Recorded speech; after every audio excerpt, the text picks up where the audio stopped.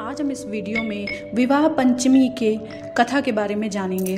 तो चलिए वीडियो को स्टार्ट करते हैं। पौराणिक धार्मिक ग्रंथ श्री रामचरितमानस के अनुसार श्री सीताराम का स्वयंवर मार्गशीर्ष माह की शुक्ल पक्ष की पंचमी के दिन हुआ था। विवाह पंचमी की कथा भगवान श्री राम और माता सीता के विवाह से जुड़ी है। राजा जनक ने अपनी पुत्री सीता के विवाह के लिए एक स्वयंवर का आयोजन किया था, जिसमें शर्त यह थी कि जो कोई भी भगवान शिव के प्रचंड धनुष पर प्रत्यंचा चढ़ाकर उसे तोड़ देगा वही सीता से विवाह कर सकेगा। जब कोई भी राजकुमार धनुष को हिला नहीं सका तब गुरु वशिष्ठ के कहने पर भगवान राम ने धनुष पर प्रत्यंचा चढ़ाई और वह दो टुकड़ों में टूट गया। इस प्रकार सीता जी का विवाह राम जी से हुआ। तभी से इस दिन को विवाह पंचमी के रूप में मनाया जाता है। आइए जानते हैं विवाह पंचमी की विस्तार से कथा। त्रेता युग में भगवान राम अपने गुरु विश्वामित्र के साथ देवी सीता की जन्मभूमि मिथिला जनकपुरी गए थे। राजा जनक ने अपनी बेटी सीता का विवाह के लिए एक स्वयंवर आयोजित किया था। स्वयंवर की शर्त यह थी कि जो भी शिव के धनुष को उठाकर उस पर प्रत्यंचा चढ़ाएगा वही सीता का पति बनेगा। कई शक्तिशाली राजाओं ने प्रयास किया, लेकिन कोई भी उस विशाल धनुष को नहीं उठा सका। जब कोई सफल नहीं हुआ तब गुरु वशिष्ठ ने भगवान राम को आज्ञा दी।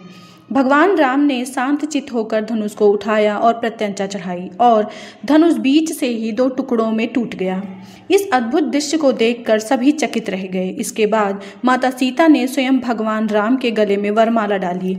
तभी से मार्गशीर्ष मास की शुक्ल पक्ष की पंचमी तिथि को विवाह पंचमी के रूप में मनाया जाता है। विवाह पंचमी का शुभ मुहूर्त। विवाह पंचमी 2025 की तिथि और शुभ मुहूर्त। पंचांग के अनुसार मार्गशीर्ष मास के शुक्ल पक्ष की पंचमी तिथि इस वर्ष 24 नवंबर की रात 9:22 से प्रारंभ होगी और अगले दिन 25 नवंबर रात 10:56 पर समाप्त होगी।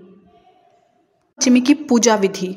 पूरे घर की अच्छी तरह सफाई करें, फिर भगवान की मूर्ति पर हल्का सा गंगा जल छिड़क कर उन्हें शुद्ध किया जाता है। भगवान को फूल, अक्षत, फल, मिठाई, धूप, दीप, चंदन आदि चढ़ाए जाते हैं। माता सीता को विशेष रूप से गुलाबी या लाल रंग और श्रृंगार सामग्री, चूड़ी, बिंदी, सिंदूर अर्पित करना शुभ माना जाता है। विवाह पंचमी कैसे मनाई जाती है? इस दिन मंदिरों में विशेष सजावट की जाती है। रामचरितमानस का पाठ भी कर सकते हैं और शाम के समय कई स्थानों पर सीता राम विवाह झांकी का आयोजन भी किया जा सकता है। विवाह पंचमी पर भगवान राम को और माता सीता को गुड़ से बनी चीज़ें, खीर, केसर भात, पीले रंग की मिठाई का भोग लगाया जाता है। इसके अलावा आप पंचामृत, कंदमूल और 5 प्रकार के फल भी अर्पित कर सकते हैं। खीर क्यों चढ़ाते हैं? चावल की खीर एक लोकप्रिय भोग है जो भगवान राम को बहुत पसंद थी। केसर भात। भगवान राम को केसर भात बहुत प्रिय था। इसे चढ़ाने से वैवाहिक जीवन में मधुरता आती है। पंचामृत। दूध, दही, घी, शहद और शक्कर से बना पंचामृत एक महत्वपूर्ण भोग होता है। कंदमूल और फल। बेर और केले जैसे कंदमूल और फल भी चढ़ाए जाते हैं जो कि भगवान ने बहुत खाए थे। पूजा के बाद कथा सुनना क्यों जरूरी है? पूजा के बाद कथा सुनना इसलिए जरूरी है क्योंकि यह पूजा को पूर्णता प्रदान करती है और कई लाभ देती है, जैसे कि मन की शांति, ज्ञान की वृद्धि और पापों से मुक्ति। कथा सुनने से भक्ति और श्रद्धा बढ़ती है। ये जीवन को सही राह पर ले जाने में मदद करती है। पूजा के बाद कथा सुनना उसे पूर्ण करता है। यह बताता है कि पूजा बिना प्रसाद और कथा के अधूरी मानी जाती है। इसलिए पंचमी पर पूजा के बाद कथा जरूर सुने। जय श्री राम, जय सीता माता की। आज हम इस वीडियो में विवाह पंचमी